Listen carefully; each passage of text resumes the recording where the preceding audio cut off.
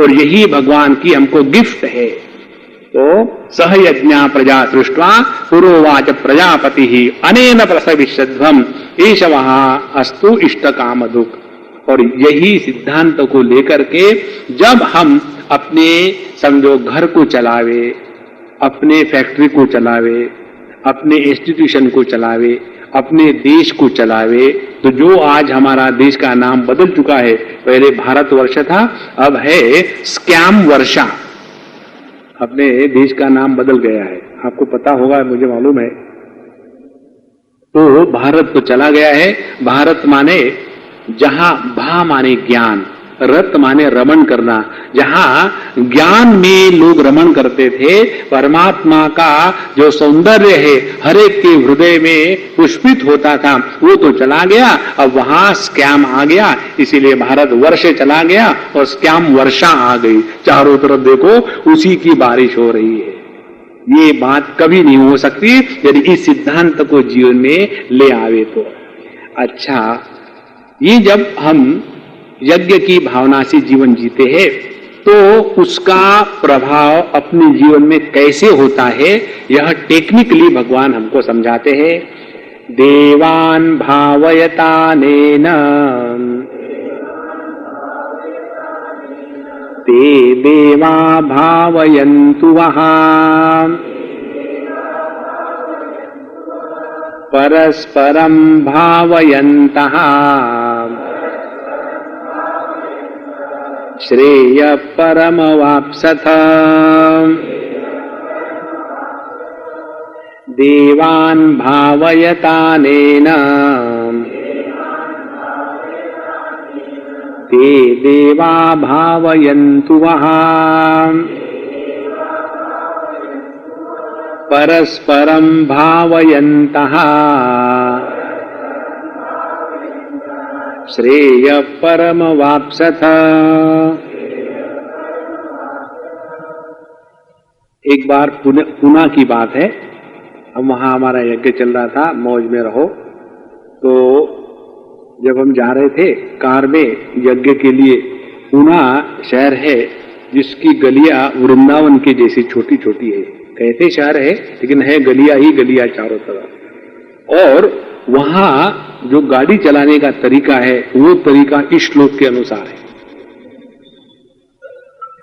वो श्लोक थोड़ा बदल जाता है।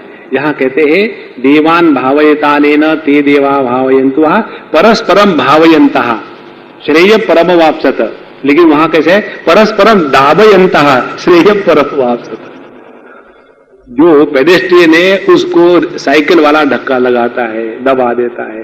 जो साइकिल वाला है उसको टू व्हीलर जो मोटरसाइकिल है वो दबाता है। और जो टू व्हीलर मोटरसाइकिल है उसको थ्री व्हीलर दबाता है। और थ्री व्हीलर जो है उसको कार दबाती है। जो कार है उसको बस दबाती है। जो बस है उसको टैंकर दबाता है। इस प्रकार से परस्परम दावयन्ता श्रेय परमवाप्सत, और सब पहुंच जाते हैं अपने स्थान पर। तो अनेन यज्ञेन, यह यज्ञ की भावना से जब हम अपने जीवन को चलाते हैं, अनेन यज्ञेन देवा भावयन्तु वहां, तो यह जो देव है वो तुमको आशीर्वाद देंगे, तुम्हारी प्रगति का ध्यान रखेंगे, क्योंकि तुमने इस यज्ञ के द्वारा उनको प्रोपिशिएट किया है, उनको प्रसन्न किया है। अब ये जो शब्द आते हैं ना, इसका योग्य अर्थ न समझने के कारण हम सोचते हैं कि ये कोई तो भी भगवान को हर चीज में ले आते हैं। ऐसी बात नहीं है। देव शब्द का अर्थ है ज्ञान, द्योतना देवा।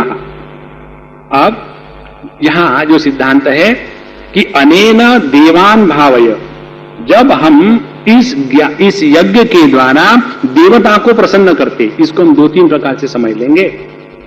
पहला जो कर्मकांड के अनुसार है कि हमने एक अग्निकुंड बनाया और उसमें अग्नि प्रज्वलित करी और उसके बाद आहुतियां डालना प्रारंभ कर दिया।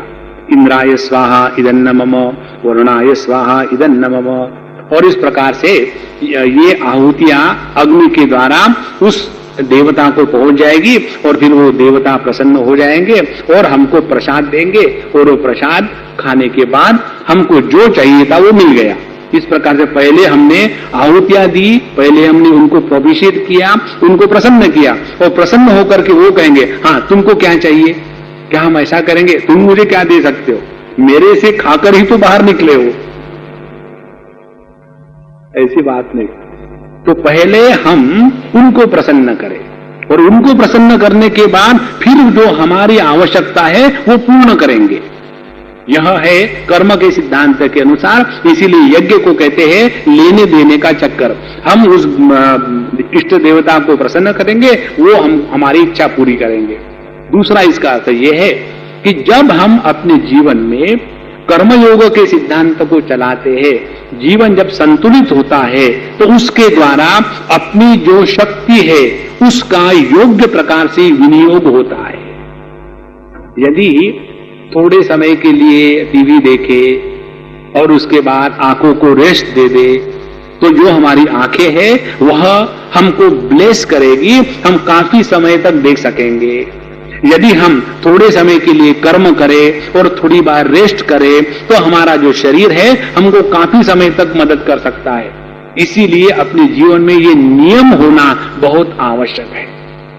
जिसके जीवन में यह कर्म करना और कर्म से उपरत होना, इसका योग्य प्रकार का संतुलन है, वही व्यक्ति जीवन में सब कुछ प्राप्त कर सकता है। इसीलिए 6वें अध्याय में भगवान बताते हैं युक्ताहार विहारस्य युक्त चेष्टस्य कर्मसु युक्त स्वप्नावबोधस्य योगो भवति दुःखः। अपने जीवन में चाहे खाना हो, पीना हो, सोना हो, चलना हो, जो भी करना है उसमें योग्यता, युक्ति होनी चाहिए, एक्सट्रीम नहीं हो। तो यहां यही बात बताते हैं कि देवान भावयतानेन ते देवा भावयन्तु वः। तो जब हम अपने इस इंद्रियों का योग्य प्रकार से भावना करते हैं, माने योग्य प्रकार से इनको रखते हैं, तो ये हमको पूरे जिंदगी भर साथ देंगे। ये दूसरा अर्थ। तीसरा अर्थ हमारे स्वामी जी ने जो किया है अप्रतिम है।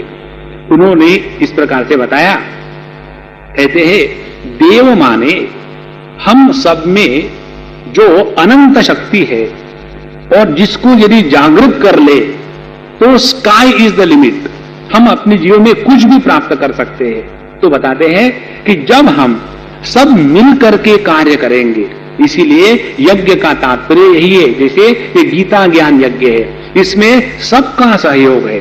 सबसे पहला सहयोग है आप लोगों का कि आप सुनने को आ रहे हो, नहीं तो मैं कुर्सियों के सामने तो नहीं बोल सकता हूं, अभी पॉलिटिशियन नहीं बना हूं। उन्होंने तो वो सिद्धि प्राप्त कर ली है। तो आप लोग आ रहे हैं, आपका सहयोग है। ये जो भैदास हॉल के जो संत महात्मा है जिन्होंने हमको ये हॉल दिया है, उनका सहयोग है। हमारे मिशन के जितने कार्यकर्ता है उन्होंने इसका ऑर्गेनाइज किया, उनका सहयोग है। और ये जो सब जब इकट्ठे आ गए तब जाकर के यह यज्ञ कर्म संभव है। तो यज्ञ किसको कहेंगे? फिर यज्ञ उसको कहेंगे कि जिसमें सबने अपना वैयक्तिक व्यक्तित्व का बलि चढ़ा दिया है और एक कर्म के लिए लग पड़े हैं, उस ऐसे कर्म को कहते हैं यज्ञ। अब इसमें कोई डॉक्टर है, कोई पेशेंट है, कोई अमीर है, कोई गरीब है, किसके पास टाइम है, किसके पास पैसा है, किसके पास ऑर्गेनाइजेशनल कैपेसिटी है, वो सब उन्होंने अपनी अपनी जो जो एबिलिटीज है अपने अपने क्षेत्र से हटा करके केवल एक कार्य के लिए लगाई है। और इसीलिए यह कार्य सुचारू रूप से चल रहा है। तो ऐसी जो कर्म करने की प्रणाली है कि हम अपनी सभी क्षमताएं, एक दूसरे का भेद और भिन्न भिन्न प्रयोजन भूल करके एक प्रयोजन के लिए एक होकर के जब करते हैं तो ऐसे कर्म को यज्ञ कर्म कहते हैं। अब ऐसा जब कर्म करेंगे तो क्या होगा? ये हमारे स्वामी जी के विचार है।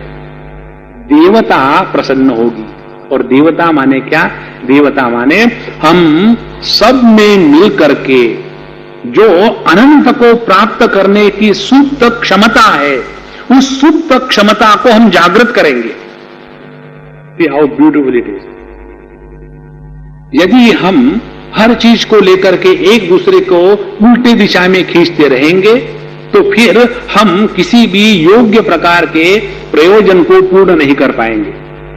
तो यदि हम सभी के सभी एक होकर के एक प्रयोजन के लिए लगे हैं, तो उसके द्वारा हम सब में जो सुप्त शक्ति है, जिसको यहां देवता शब्द से कहा गया है, वो सुप्त शक्ति जागृत हो जाएगी। और जो सुप्त शक्ति जागृत होगी तो जो एकता की शक्ति है वही एकत्व को सिद्ध कर सकती है। जो टीवी में आपने देखा होगा ना, एकता की शक्ति का जो आता है एक एडवर्टाइजमेंट, एक बहुत बड़ा पहलवान हाथ में एक छोटी सी लकड़ी लेता है और ऐसे तोड़ देता है, फिर 2 लकड़ियां लेता है, फिर तोड़ देता है, और उसके बाद 4, 6, 10 लकड़ियां ली, उसको रस्सी से बांध लिया और उसकी इतनी मोटी मोटी मसल, जैसे कि थाई मसल बाइसेप के स्थान पर आ गई है, इतनी मोटी मसल लेकर के और फिर वो उसको तोड़ने का प्रयत्न करता है तो नहीं तोड़ सकता। क्यों? कि वहां अब देवता शक्ति जागृत हो गई है।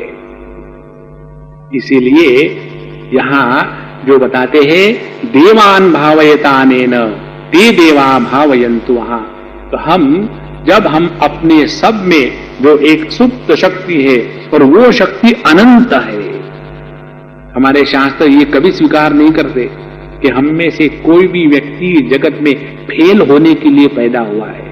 We are born to succeed, not to fail और be secondary in our life. We are all born to be the best. So, देवान भावयतानेन ते देवा भावयन्तु, वहां जब यह सुप्त शक्ति जागृत हो गई तो हम कुछ भी प्राप्त कर सकते। इस प्रकार से परस्परम भावयन्तः, तो हमने क्या किया? हमने एक दूसरे को सहायता करी, अपने जो व्यक्तिगत राग द्वेष है उसको भूल दिया, उसके बाद अपनी जो व्यक्तिगत क्षमता है उसको सबको एक कार्य के लिए ले आए। तो व्यक्तिगत राग द्वेष का त्याग और अपनी व्यक्तिगत जो क्षमता है जिस जिस फील्ड में है उसको एक प्रयोजन के लिए ले आए। ये हमारी भगवान के प्रति पूजा हो गई, और इस पूजा के द्वारा भगवान की क्या हमको सिद्धि मिलेगी, प्रसाद मिलेगा? तो भगवान का आशीर्वाद वही है कि जब हम सब एक हो करके एक लक्ष्य के लिए चल पड़ेंगे, होंगे कामयाब एक दिन, जो गाना आता है ना टीवी पर। लेकिन कब? जब हम सब एक साथ मिलकर के चलेंगे। इस प्रकार से इस एक श्लोक के 3-4 अर्थ है, और इस पर जितना विचार करें उतना और सुंदर सुंदर अर्थ मिलते हैं। देवान भावयतानेन ते देवा भावयन्तु, परस्परम भावयन्तः श्रेय परम वाप्सत। उसका सिद्धांत ये है कि मैं अपने कंपनी के प्रत्येक व्यक्ति को अमीर से अमीर बनाना चाहता हूं। देखो, जिस व्यक्ति का मैनेजिंग डायरेक्टर का ऐसा विचार होगा, ऐसे कंपनी के सभी लोग अपने आप को उस कर्म में लगा देंगे, और जो व्यक्ति केवल अपने ही स्वार्थ की बात करता है उसको छोड़कर के सब चले जाते हैं। इसीलिए अपने जीवन में यह यज्ञ का जो सिद्धांत है, जिसमें अपनी भी भलाई है और अपने साथ साथ सबकी भलाई है, इसीलिए भैया अपने जीवन में इस यज्ञ के सिद्धांत को फिर हम दोहराते हैं। यज्ञ का सिद्धांत ये है कि हम अपने जीवन को ऐसा चलावे कि जिसके द्वारा हम अपनी परेशान ना बने और अपने द्वारा दूसरों का नुकसान ना हो, स्वार्थ से प्रेरित जीवन ना हो, और अपने जीवन में भगवान का अधिष्ठान जरूर होना चाहिए। ईश्वरार्पितम नेच्छया कृतम। इस प्रकार से जब हम कर्म करेंगे तो हमारी सभी की सभी इच्छाएं, कामनाएं, जीवन में जो सक्सेस है वो मिल जाएगी। और किस प्रकार से मिलेगी, अब ये बात 11वें श्लोक में बताते हैं। इस यज्ञ के भावना से जीवन जीने से हमको जो शक्ति प्राप्त होती है, सफलता प्राप्त होती है, इसके पीछे क्या सिद्धांत है, ये सिद्धांत 11वें श्लोक में बताते हैं। देवान भावयतानेन ते देवा भावयन्तु, वहां परस्परम भावयन्तः श्रेय परम वाप्सथ। अब ये यज्ञ का जो प्रसंग भगवान ने लिया है, देखो ये हमारे शास्त्रों की सुंदरता है। शब्द वही रहते हैं, लेकिन उन शब्दों का आज के संदर्भ में योग्य प्रकार से यदि इंटरप्रिटेशन या अर्थ हमको दिया जाएगा तो उन शब्दों का हम अनर्थ नहीं निकालेंगे। और यही बात भगवान वेद व्यास जी ने करी है। पहले यज्ञ का तात्पर्य इतना ही होता था कि जाकर के जमीन में गड्ढा बनावे, वहां यज्ञ कुंड करे और वहां आकर के आहुति डाले, इंद्राय स्वाहा इदन्न मम, वरुणाय स्वाहा इदन्न मम। इस प्रकार से यज्ञ का चित्र हमारे सबके सामने आ जाता है। लेकिन भगवान वेद व्यास ने यहां आकर के हमको ये महत्व की बात दी है कि अपने जीवन का प्रत्येक क्षण यज्ञमय है। तो फिर क्या करना है? प्रत्येक जीवन का क्षण यज्ञमय माने हर जगह गड्ढे बना करके बैठ ले आग लगाने के लिए? नहीं। तो यज्ञ की भावना क्या है? यज्ञ की भावना ये है कि जब हम आहुतियां डालते हैं भगवान के नाम लेकर के या किसी देवता को संतुष्ट करने के लिए, तो उन आहुतियों का ग्रहण करने के बाद वो देवता हमको प्रसन्न हो जाते हैं और प्रसन्न होने के बाद हमारी जो इच्छाएं है वो हमको परिपूर्ण करा देते हैं। जैसे अपने रामायण में आता है, दशरथ जी महाराज को पुत्र नहीं थे तो उन्होंने एक ऋषि को बुलाया और पुत्र कामेष्टि यज्ञ कराया। और पुत्र कामेष्टि यज्ञ करने के बाद वहां से यज्ञ पुरुष निकला और यज्ञ पुरुष के हाथ में खीर थी और उन्होंने अपने रानियों को खिलाई और फिर भगवान रामचंद्र जी इत्यादि बच्चे पैदा हुए। और यही प्रसंग चित्र अब हम अपने सामने रखें। जब हम अपने जीवन में यज्ञ की भावना से कोई कर्म करते माने सब मिलकर के कर्म करते हैं तो उसमें देव प्रसन्न हो जाते हैं। अब देव माने क्या? देवान भावयता ने, हम देवताओं को प्रसन्न करें इस यज्ञ को करके। अब देवता क्या है? देवता है हमारे सब में सुप्त जो समष्टि एकत्व की शक्ति है उसको कहते हैं देवता। देखो आप देखेंगे महाराष्ट्र में कहीं भी महाराष्ट्र मंडल नहीं होगा। केरला में चले जाओ केरला समाजम कहीं नहीं होगा। कर्नाटक में चले जाओ कर्नाटक संघ कहीं नहीं होगा। और आप देखेंगे समझो उत्तर प्रदेश में चले गए या कलकत्ते में चले जाओ, कलकत्ते में महाराष्ट्र मंडल है और वहां जितने महाराष्ट्रीयन लोग हैं अपने आप एकत्र होकर के कुछ ना कुछ कार्य करते रहते। वही महाराष्ट्रीयन लोग जब महाराष्ट्र में आते हैं तो एक दूसरे के पीछे तलवार ढाल लेकर के मारने लग जाते। देखो, तो हम सब में एकत्र होकर के अच्छा काम करने की शक्ति है, लेकिन वो शक्ति हम आपस में लड़ करके अपने शक्ति को नष्ट कर देते हैं। देखो, जब हम भारतीय होकर के रहते हैं तब अपने अपने स्टेट के जो डिफरेंसेस है, कृष्णा का पानी तमिलनाडु में जावे कि कर्नाटक में रहे, ना तो भगवान कृष्ण को मालूम है ना तो कृष्णा नदी को मालूम है कि ये लोग क्यों झगड़ा करते हैं। वही बात यदि हम सब एक होकर के रहने लग जाए तो हमारी इतनी प्रचंड शक्ति जागृत हो जाती है। कल्पना करो, ये संभव नहीं है लेकिन कल्पना करो, हमारे सभी के सभी मिनिस्टर लोग सिंसियरली अच्छा काम करेंगे, कल्पना करने के लिए पैसे नहीं लगते, काम करेंगे। सभी के सभी जितने भी अपने गवर्नमेंट ऑफिसेस के लोग हैं बिना अंडर टेबल सभी काम सिंसियरली करेंगे, कल्पना करो। और उसके बाद जितने भी अपने ये टैक्सी वाले लोग वगैरह हैं वो सभी कस्टमरों के साथ प्यार से बात करेंगे। आइए बाबूजी, आपको मैं कहां ले जा सकता हूं, आपके पास खुर्जा नहीं है तो कोई बात नहीं, 2 रुपए कम दे देना। कल्पना करो तो कितना आनंद होगा। लेकिन यहां एक दूसरे धूम धूम धड़ाका शुरू हो रहा है। इसीलिए हम सब में क्षमता है, हम सब में शक्ति है, लेकिन ये सभी की सभी क्षमता शक्ति हम आपस में ही लड़ करके नष्ट कर रहे हैं। भगवान यही कहते हैं कि भैया सब मिल करके रहो, तो अपने सब में जो एकत्र होने की शक्ति है उसके द्वारा हम दुनिया को जीत सकते हैं। तो देवान भावयता नेन, तो यहां देव क्या हो गए? देव हो गए हम सबकी एकत्र आने के बाद जो समष्टि शक्ति की जागृति है उसको कहते देव।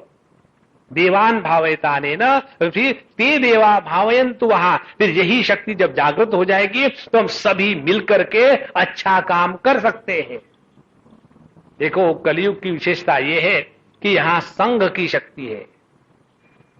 अब चले जाओ किसी भी स्थान पर जहां लोग एकत्रित होकर के हो जाते हैं तो उनकी शक्ति एकदम बढ़ जाती है, और जहां एकत्रित होना मालूम नहीं है वो प्रत्येक व्यक्ति कितना भी शक्तिशाली क्यों न हो वो अपने आप को नहीं बचा सकता। इसीलिए भगवान ये बात बहुत स्पष्ट बता रहे हैं कि हम सब यदि मिलकर के एक ही कार्य में सिंसियरली अपने स्वार्थ का त्याग करके त्याग की भावना से यदि कार्य करने लग जाए तो हम सब में जो सुप्त दैवी शक्ति है, जिसको यहां देव शब्द से कहा है, वो जागृत हो जाएगी। देवान भावयतानेन ते देवा भावयन्तु वहा, इस प्रकार से परस्परम भावयन्तः। अब देखो जिस समाज में समाज प्रोग्रेसिव है तो उस प्रोग्रेसिव समाज के जो इंडिविजुअल व्यक्ति है वो भी अपने आप प्रोग्रेसिव हो जाएंगे। समझो एक घर में बहुत धन दौलत है तो उस घर के प्रत्येक व्यक्ति के पास भी धन दौलत है। यदि एक घर में शांति और आनंद है तो इसका तात्पर्य है उस घर के प्रत्येक व्यक्ति के पास शांति और आनंद है। उसी प्रकार से यदि हमारे समाज को हम अच्छी तरह से बनाना चाहते हैं और उसमें प्रोग्रेस या सक्सेस करना चाहते हैं तो इन दो चीजों को लाना बहुत आवश्यक है। पहली बात, सब मिलकर के रहे। मिलकर के कब रहेंगे? जब मैं डिलीट हो जाता है और हम जागृत हो जाता है। इसीलिए परस्परम भावयन्तः, ऐसी घर की स्थिति क्या काम की कि जिसमें एक तो व्यक्ति खुश है और बाकी सभी उसके कारण दुखी है? नहीं, ऐसा घर जिसमें प्रत्येक व्यक्ति सुखी हो वही अच्छे सुखी घर है। तो परस्परम भावयन्तः श्रेयः परम अवाप्सत, ऐसा जो जीवन होगा अपने फैमिली के लेवल पर और अपने समाज के लेवल पर, देश के लेवल पर, तो श्रेयः परम अवाप्सत, ऐसा ही व्यक्ति परमात्मा की प्राप्ति निश्चित कर सकता है। इसीलिए भैया हमको भगवान ने जिस स्थान पर रखा है उस स्थान पर ऐसे रहे कि स्वयं प्रसन्न रहे, अपने जो कर्म है बढ़िया से बढ़िया करे, अपने स्वातंत्र्य को रोक के रखे कि कहां तक हम अपने हाथ को डालना है और कहां से अपने हाथ को खींच लेना है। ऐसा जब जीवन जिएंगे तो मन में किसी प्रकार का टेंशन, स्ट्रेस, वरी नहीं रहेगी और ऐसा ही व्यक्ति कुछ ऊंची बात सोच सकता है। ऐसा ही व्यक्ति भगवान का दर्शन, भगवान के लिए साधना इत्यादि सब कर सकता है। अन्यथा वही पुनरपि जननम पुनरपि मरणम पुनरपि जननी जठरे शयनम, वही फिर क्या वही अंधेरी रात है। इसीलिए भैया हमको भगवान ने जिस स्थान पर रखा है, जो जो कर्म हमारे सामने जैसे जैसे अपने प्रारब्ध के अनुसार आ रहे हैं उसके साथ ऐसे रहो कि किसी के विरोधी बनकर के ना रहो, सबको साथ लेकर के चले। यही कर्मयोग की सुंदरता है। ऐसा करने से किसी भी प्रकार का कर्म बंधन नहीं होगा।